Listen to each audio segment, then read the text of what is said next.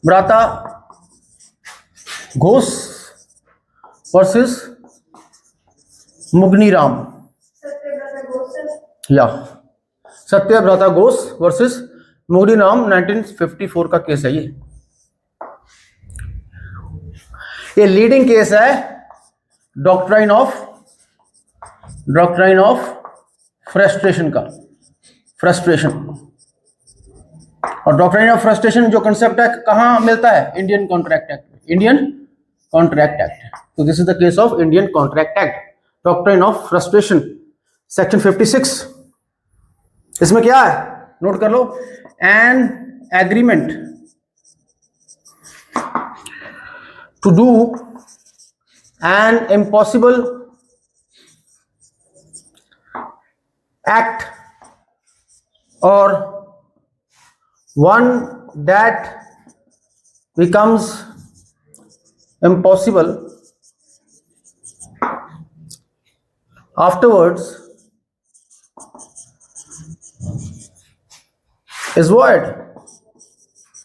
अगर आपने एग्रीमेंट की है किसी के साथ to do an impossible act, जो एक ह्यूमन कर ही नहीं सकता, वो एक्ट करने की एग्रीमेंट की है जो एक ह्यूमन बीइंग की कैपेसिटी में नहीं है, वो कर ही नहीं सकता, लेकिन आपने वादा कर दिया।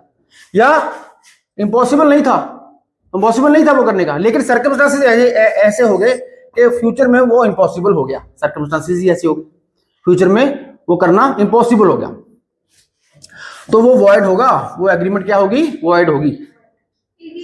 अगर ए ने प्रॉमिस किया बी के साथ वो एक्ट करने के लिए, जो कि इम्पॉसिबल हो गया बाद में, सर्कमस्टांसेस ऐसे चेंज हो गए कि वो इम्पॉसिबल हो गया, तो बी इसके ऊपर ब्रीच ऑफ कॉन्ट्रैक्ट का केस अगर डालेगा तो ये हारेगा केस हारेगा। क्यों?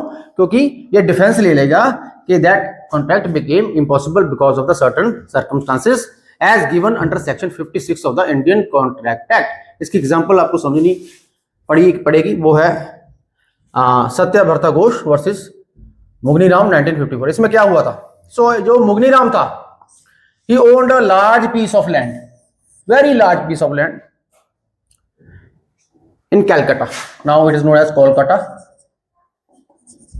तो कोलकाता में इसकी बहुत ज्यादा बड़ी लार्ज पीस ऑफ लैंड थी, जमीन थी। उसने उसके ऊपर कॉलोनी बनाने की सोची। इसको काट के हम कॉलोनी बनाते हैं, प्रॉपर रोड्स और सीवरेज डाल के लोगों के घर बनाएंगे और उसको बाद में बेचेंगे। तो एक प्लैंड कॉलोनी बनाने की उसने इस जगह पे सोची, हाउसिंग कॉलोनी। कौन सी कॉलोनी? हाउसिंग प्रोजेक्ट कह सकते हो।